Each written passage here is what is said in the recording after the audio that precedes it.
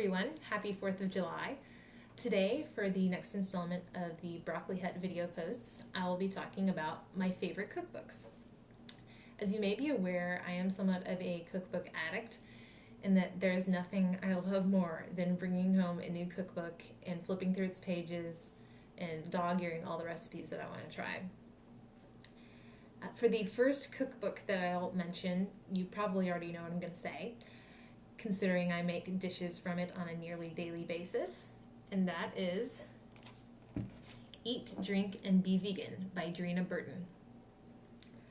I absolutely love the cashew ginger tofu recipe from here. It's probably my favorite recipe of all time, although I have enjoyed almost every other recipe that I've tried from here, including the orange sesame tofu, the Thai chick un pizza, the white bean walnut bruschetta, and I recently made the coconut cake and coconut frosting, although I made it into cupcakes if you'll recall. Additionally, I have gotten a lot of inspiration from her hummus recipes. There's an entire section devoted to just hummus. I mean, how awesome is that? And I really like her pancake recipes as well. One note is that she uses a lot of exotic flours such as barley flour and oat flour in an effort to increase the number of gluten-free recipes in here. I am not gluten intolerant, so I usually just substitute whole wheat flour for those recipes. In terms of difficulty, I would call this cookbook intermediate. I wouldn't recommend it as your absolute first cookbook, but if you have a little bit of experience in the kitchen, then this book is just fine for you. Next on my list is Totally Vegetarian by Tony Fiore. I first discovered this cookbook through the podcasts on iTunes, which are simply videos from her show Delicious TV on PBS. And I've just loved all of the recipes that I've seen on the podcast, so I decided to invest in my own copy of the cookbook. I have made mostly tofu recipes from here because apparently Tony Fiore shares my love of anything tofu related. Those recipes include the tofu sour cream, the Jamaican jerk tofu, tofu lime salad dressing, and there's also a penne recipe with vegetarian bacon in it. In terms of difficulty, I would call it easy to intermediate, and most of the recipes require 15 to 30 minutes. Next on the list is the Imus Ranch cookbook. I received this as a gift from my uncle. Hi, Scott, if you're watching. And this is a less well-known cookbook, at least as far as I know. And I think it's worthy of some attention because it's a great cause behind it. The Imus Ranch is a working cattle ranch in Santa Fe, which hosts children with cancer or blood disorders.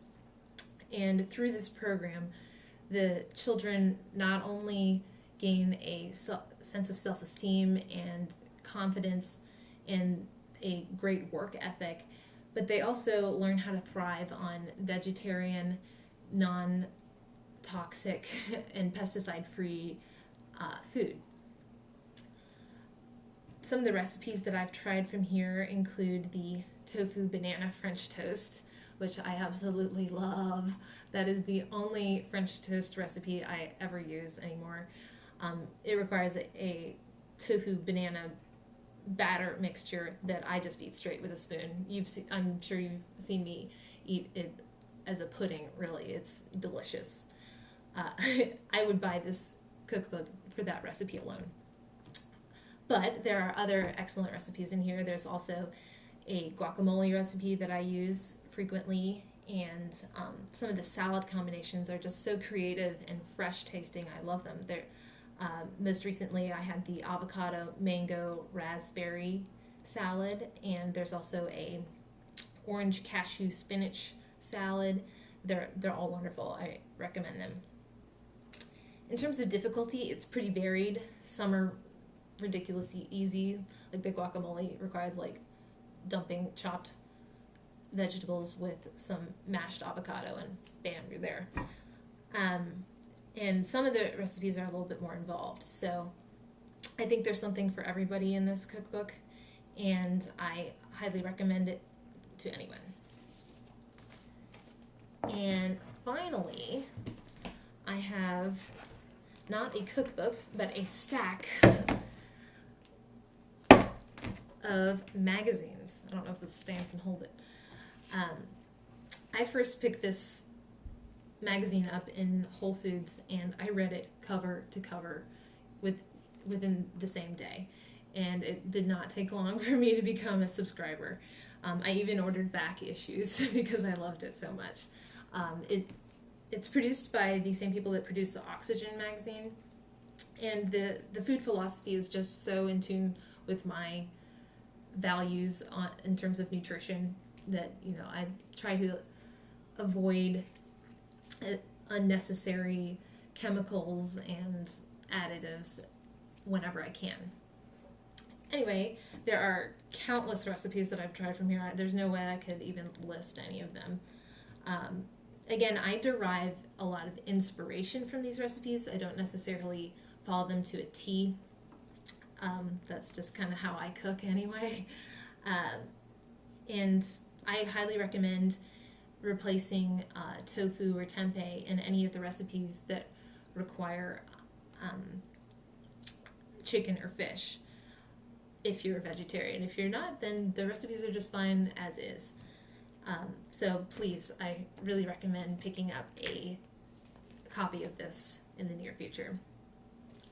With that, I will conclude this post, and I hope you have a fabulous holiday weekend, and I will talk to you soon.